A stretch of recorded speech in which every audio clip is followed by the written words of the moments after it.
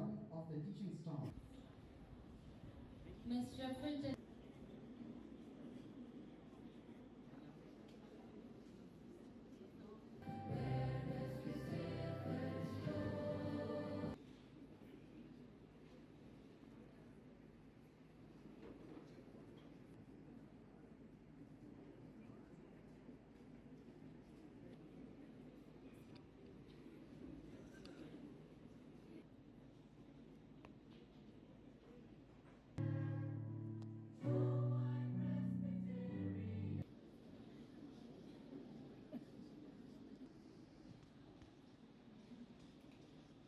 All the staff members to please come forward to give.